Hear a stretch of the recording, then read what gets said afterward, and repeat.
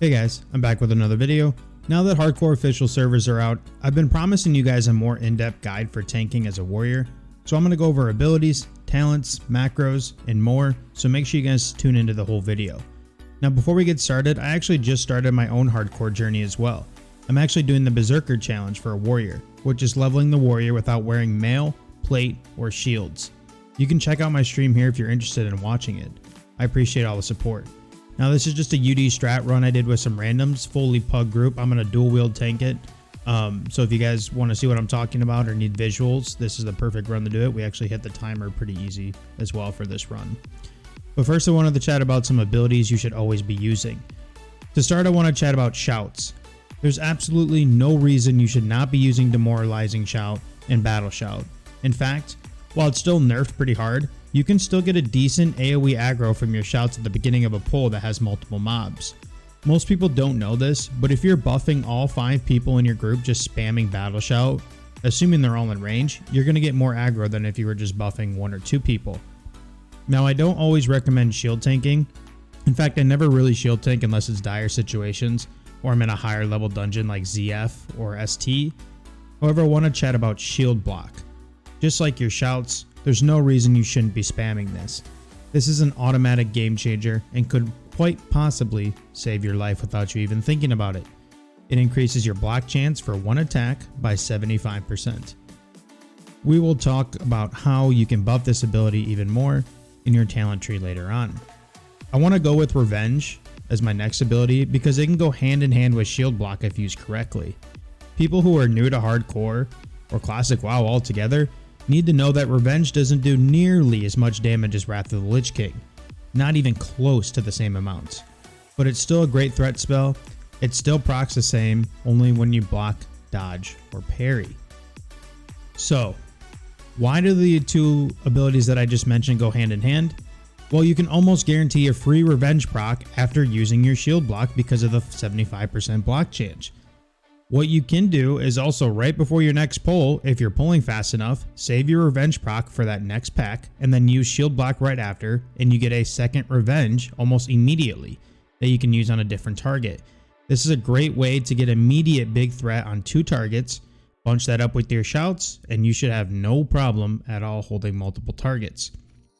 Now, I use Blood Rage before every pull that I can.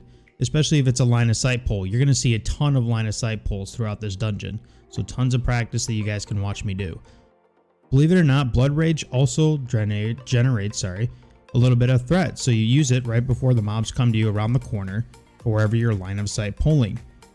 Sunder Armor is a fantastic ability, but honestly a little bit overrated in the fact that you don't need to put 4 or 5 Sunders on every target, especially in 5-mans. That's a substantial waste of rage.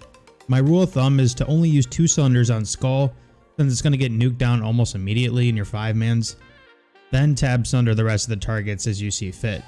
Don't expect your DPS warriors in your group to help you Sunder. I want to transition in the talents with the bold but important statement.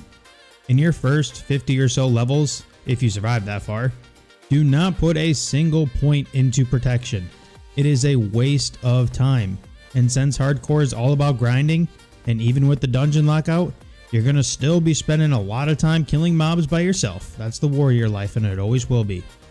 There's no reason to grief or handicap yourself with that type of pain leveling protection. Do not do it. What I would suggest is leveling arms. Now if you watch my stream, I love to go Fury right off the bat because it's super ballsy and it's more fun for me and more fun for you guys to watch. But arms is always the safe and most effective way to go at an early level.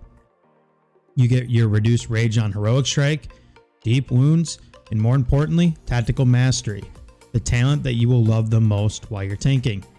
This talent allows you to save rage 25 at the max while switching stances.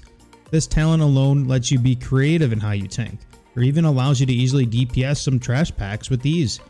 It gives you the ability to use spells like Thunderclap or Overpower without any hindrance. There's nothing wrong with dual wield or 2-hand tanking if you know what you're doing, like you guys see in this video right here. That's why sweeping strikes is an incredible talent as well in the arms tree.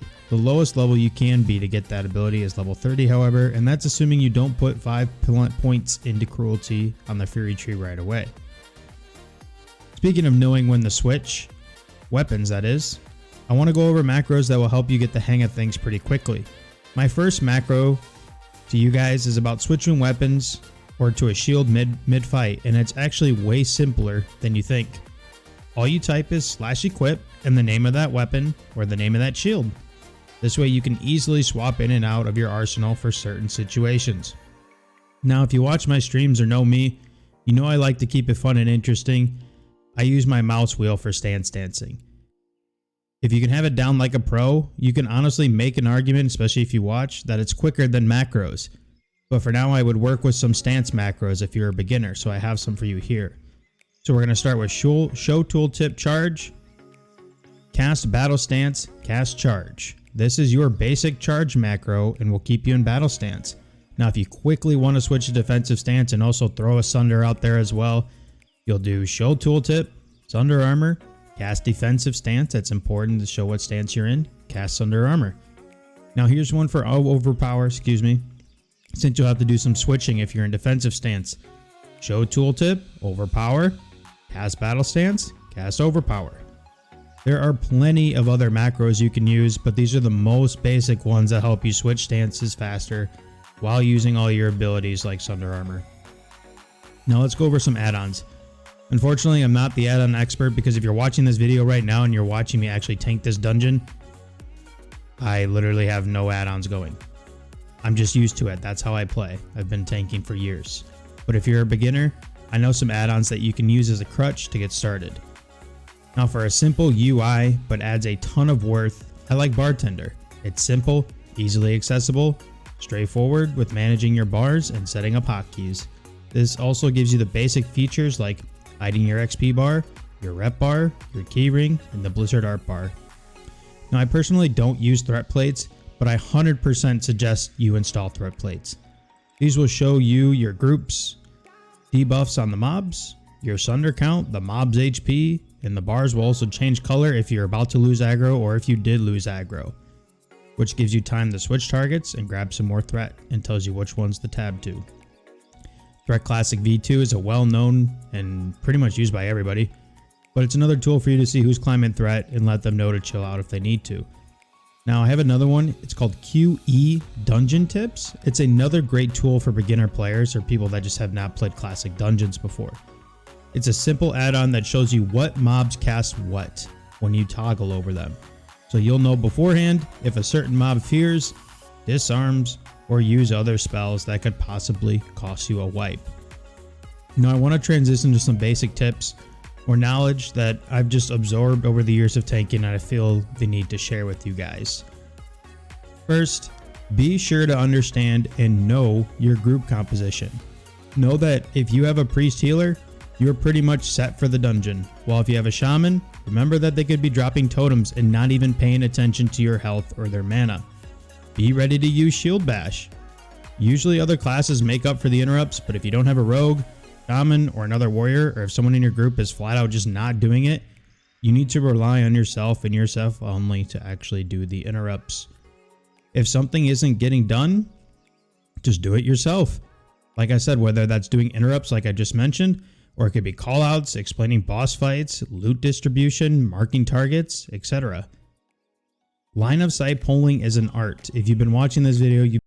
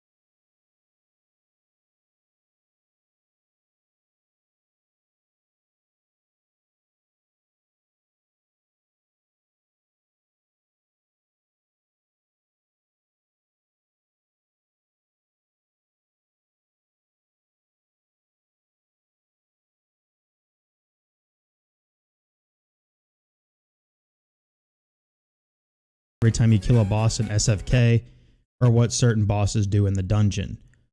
Alright guys, I really hope this guide can help. I appreciate it if you subscribe to the channel, and I'll see you guys another time.